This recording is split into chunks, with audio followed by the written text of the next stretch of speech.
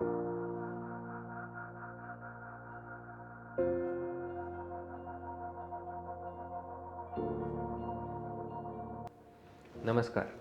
आज आपण बोलणार आहोत टेस्ट बेबीबद्दल, म्हणजेच IVF. IVF म्हणजे इन विट्रो फर्टिलायझेशन. मी तुम्हाला एक स्टेप बाय स्टेप गाईड देणार आहे की आपण IVF का करतो, IVF प्रोसिजर कशी असते, त्याच्यामध्ये तुम्हाला कशा पद्धतीने तुम्हाला त्याला समोर जावे लागते. तर बेसिकली जेव्हा पण आपल्याकडे कुठली कपल येतं ज्यांना इनफर्टिलिटीचा प्रॉब्लेम आहे, काही कपल्स असे असतात ज्यांना एक डिरेक्ट इंडिकेशन असतं की त्यांना IVFच लागेल. पण जसं दोन्ही ट्यूब्स जे आहेत, फॅलोपियन ट्यूब्स ब्लॉक्ड आहेत किंवा खूपच सिव्हिअर मेल इनफर्टिलिटी आहे, ज्या स्पर्म काउंट किंवा मोटिलिटी 0 आहे किंवा खूप जास्त सिव्हिअर ग्रेड एंडोमेट्रोसिस आहे, तर या कंडिशनमध्ये आपल्याला IVFशिवाय गत्यंतर नसतं. हां, नॅचरल प्रेग्नन्सी पॉसिबल आहे, पण मग IVF has a better chance. दुसरे कपल्स असे असतात, दुसऱ्या श्रेणीचे असे असतात की ज्यांनी ट्रीटमेंट करून झालेली, काही जणांना थोडं माइल्ड मेल फॅक्टर इन्फर्टिलिटी असते, कारण थोडं अनएक्सप्लेन इन्फर्टिलिटी असते, त्यांनी नॅचरल सायकल्स केलेले आहेत, IUI सायकल्स केलेले आहेत, पण तरी प्रेग्नन्सी राहिलेली नाही, म्हणून शेवटचा पर्याय म्हणून ते IVF किंवा ICSIला समोर जातात. तर आपल्याला जेव्हा आपण पेशंट व्हिजिटला येतो, फर्स्ट व्हिजिटला येतो, तर आपल्याला एक डिटेल्ड त्यांची हिस्ट्री घ्यावी लागते. त्यांचं आधी काय फर्टिलिटी मॅनेजमेंट झालेलं आहे, त्यांचं इंडिकेशन काय आहे IVFचं, ते जाणून घेणं खूप इम्पॉर्टंट आहे. कारण की ते फक्त मेल रिलेटेड इंडिकेशन आहे की फिमेल रिलेटेड इंडिकेशन आहे की दोन्हीचं आहे, म्हणजे मेल फिमेल दोन्हीचं कंबाईंड इंडिकेशन आहे की अनएक्सप्लेन्ड सॉर्ट ऑफ आहे की त्याचं काही आपल्याला कारण माहिती नाही आणि आपल्याला IVFला जावं लागतं आहे. तर बेसिकली IVF आपण का करतो आहे ते जाणून घेणं खूप इम्पॉर्टंट आहे. आणि आपण आता बोलूया IVFमध्ये एक्झॅक्टली काय होतं ते. तर जसं वाईफला म्हणजे त्यांच्या मिसेसला पिरियड्स आलेत, तर पिरियडच्या सेकंड डेपासूनच आपण इंजेक्शन चालू करतो. तर IVFमध्ये बेसिकली 3 स्टेप्स आहेत. पहिलं असतं कंट्रोल ओव्हरियन स्टिम्युलेशन, ज्याच्यामध्ये आपण इंजेक्शन्स देतो, आणि 2 प्रोसिजर्स जे आहेत ते IVF लॅबमध्ये होतात, ते म्हणजे ओव्हम पिकअप आणि एम्ब्रो ट्रान्सफर. तर फर्स्ट स्टेपमध्ये जे आपण कंट्रोल ओव्हरियन स्टिम्युलेशनबद्दल बोलतो, जे आपण त्या लेडीला पिरियड्स येतात, तर पिरियडच्या सेकंड किंवा थर्ड डेला आपण त्या पेशंटला बघतो, त्यांचं पण सोनोग्राफी करतो, सगळं व्यवस्थित आहे की नाही ते बघावं लागतं, कुठल्या प्रकारचं ओव्हरियन सिस्ट नसलं पाहिजे, कुठलं अँट्रल फॉलिकल काउंट किती आहे ते बघायला पाहिजे, एंडोमेट्रियल थिकनेस कशी आहे ते बघायला पाहिजे, फ्लोज कसे आहे ते बघायला पाहिजे. सगळं चांगलं असेल तर मग आपण प्रोसिजर पुढं करतो. याच्यामध्ये आपण त्या लेडीला ऑलमोस्ट 10 ते 12 दिवस कंटिन्यूस इंजेक्शन्स लागतात. त्याचं एकच हे असतं की आपलं एग्स जे आहेत, मल्टिपल एग्स वाढायला पाहिजे. मल्टिपल एग्समध्ये ते आपल्याला वाढवायचे असतात आणि एक पर्टिक्युलर मॅच्युरिटी लेवलपर्यंत, म्हणजे अराउंड 18-20 मिलीमीटरपर्यंत आपल्याला ते पोचवावे लागतात. त्याच्या आधी आपण हजबंडचं एक सिमेन फ्रीजिंग करून ठेवतो, एक ते म्हणजे बॅकअप सॅम्पल म्हणून आपण ठेवतो. त्याचं कारण असं की ज्या दिवशी त्या लेडीचं ओव्हम पिकअप होणार आहे, इन केस त्या दिवशी हजबंड अवेलेबल नसलेत किंवा त्यांना फीवर आला आहे किंवा XYZ रिझनमुळे ते सॅम्पल देऊ शकले नाहीत, तर मग प्रोसिजर फेल होण्याचे चान्सेस जास्त आहेत. म्हणून आपण एक सिमन जे आहे, एक सॅम्पल त्यांचं बॅकअप म्हणून फ्रीज करून ठेवतो. जेव्हा पण हे एग्स मॅच्युअर होतात तेव्हा आपण त्यांना एक ट्रिगर इंजेक्शन देतो, त्याला आपण HCG देतो किंवा मग डेका म्हणून इंजेक्शन्स असतात, डेकापेप्टाईडचे, ते देतो. आणि आपण आफ्टर 34 आवर्स, 34 to 36 आवर्समध्ये ओव्हम पिकअप शेड्यूल करतो. आता ही जी सेकंड स्टेज आहे ओव्हम पिकअप किंवा एग रिट्रायवल, ही म्हणजे एक सर्जिकल प्रोसेस आहे. त्याच्यामध्ये तुम्हाला भूल दिली जाते. ती भूल खूप जास्त नसते, थोडीशी भूल दिली जाते, तुम्हाला फक्त झोपवलं जातं, तुम्हाला पेन नाही होणार याची काळजी घेतली जाते. जसं आपण अल्ट्रासाउंड्स करतो, फॉलिकल स्कॅन्स करतो, तसंच त्याच पद्धतीने आपण सोनोग्राफी करणार, त्याला एक नीडल अटॅच करणार आणि जे पण एग्स तयार झालेले आहेत ते आपण बाहेर काढणार. या प्रोसिजरला हार्डली अर्धा पाऊण तास, 1 तास लागतो. तुमचा hospital stay around 4 to 6 hours असतो, कारण की तुम्हाला ॲनेस्थेशिया दिला जातो. एक वेळा ॲनेस्थेशिया उतरला, सगळं चांगलं असेल तर आपण तुम्हाला घरी पण लगेच डिस्चार्ज करतो. यामध्ये काही हॉस्पिटलायझेशन म्हणजे ॲडमिशनची गरज पडत नाही. जे आपण आता हे एग्स रिट्राईव्ह केलेले आहेत, बाहेर आलेले आहेत, ते आपण इव्हॅल्युएट करतो की किती एग्स आलेले आहेत, त्याची क्वालिटी कशी आहे ते आपण स्टडी करतो. त्याच वेळेस आपण हजबंडचं परत एक फ्रेश सॅम्पल पण घेतो. फ्रेश सॅम्पलमध्ये आपण परत बघतो की सगळे पॅरामीटर्स नॉर्मल आहेत की नाही. इन केस फ्रेश सॅम्पल नसेल तर आपण मग ते जे फ्रोझन सॅम्पल आधी ठेवलं होतं बॅकअप म्हणून, ते आपण यूज करू शकतो.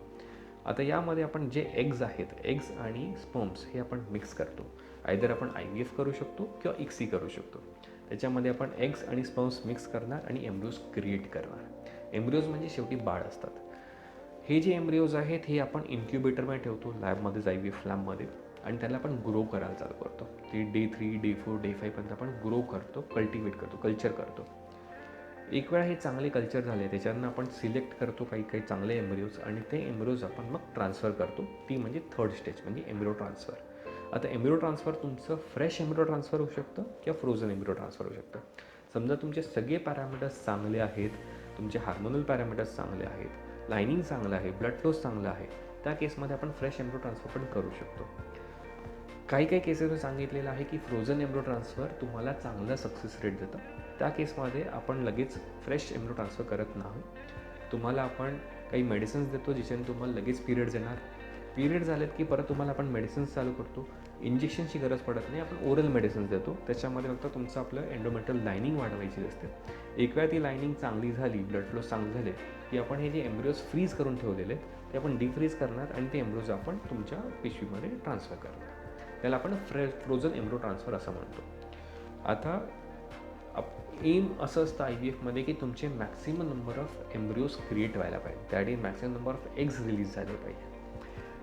मॅक्सिमम नंबर ऑफ एग्स किंवा एम्ब्रिओजचं कारण असं की आपण जे आपण IVF करतो आहे, एक गोष्ट लक्षात ठेवण्यासारखी आहे की IVFमध्ये आपण एम्ब्रिओज क्रिएट करतो आहे, पण मी तुम्हाला प्रेग्नन्सी जी आहे 100% नसते.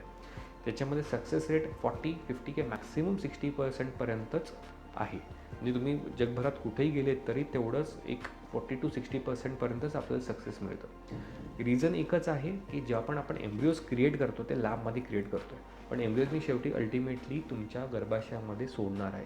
तिकडे ते इम्प्लांट व्हायला पाहिजे, तिकडे बेबी ग्रो व्हायला पाहिजे, ते आपल्या हातात नसतं.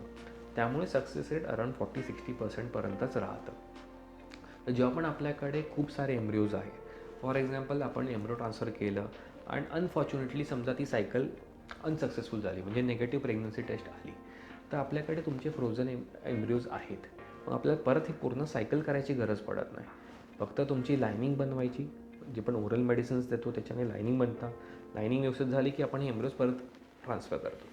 दुसरी पॉसिबिलिटी अशी राहू शकते की समजा प्रेग्नन्सी राहिली पण काही कारणास्तव मिसकॅरेज झालं. मिसकॅरेजेस पण कॉमन आहेत.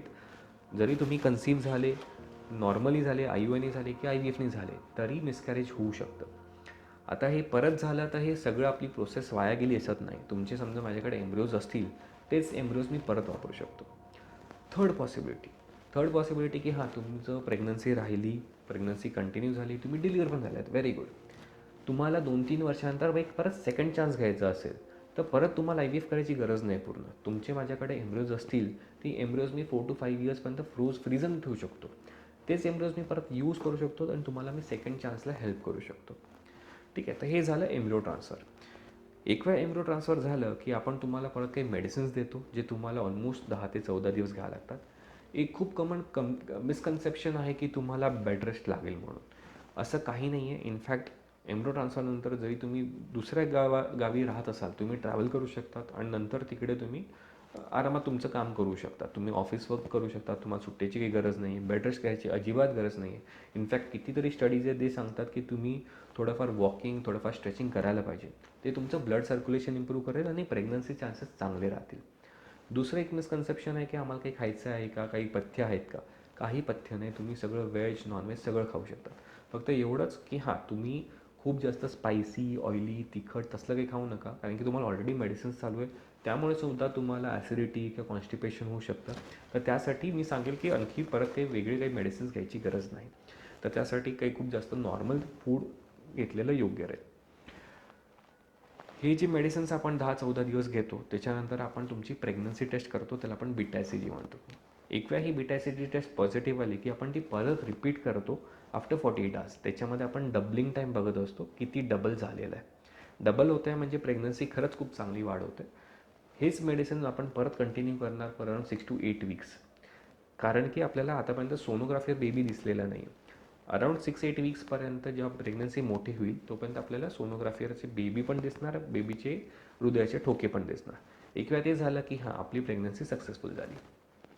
आणखी एक मिसकन्सेप्शन असं आहे की प्रेग्नन्सी, IVF प्रेग्नन्सी आहे तर आम्हाला C-सेक्शनच लागेल का. अजिबात नाही. तुमचं जशी प्रेग्नन्सी राहिली आहे, म्हणजे आपल्याला हेच कळायचं आहे की आपलं इंडिकेशन काय होतं IVFचं. तुमचं कुठलंही असेल इंडिकेशन, जरी तुम्ही नॉर्मली कन्सीव्ह झाले की IUI कन्सीव्ह झाले किंवा IVFनी कन्सीव्ह झाले, प्रेग्नन्सी आहे. तुम्ही तुमचं जे पण रुटीन आहे ते सगळं फॉलो करू शकता. तुमची नॉर्मल डिलिव्हरीसुद्धा होऊ शकते. असं काही नाही की तुम्हाला सेक्शनच लागेल. ठीक आहे.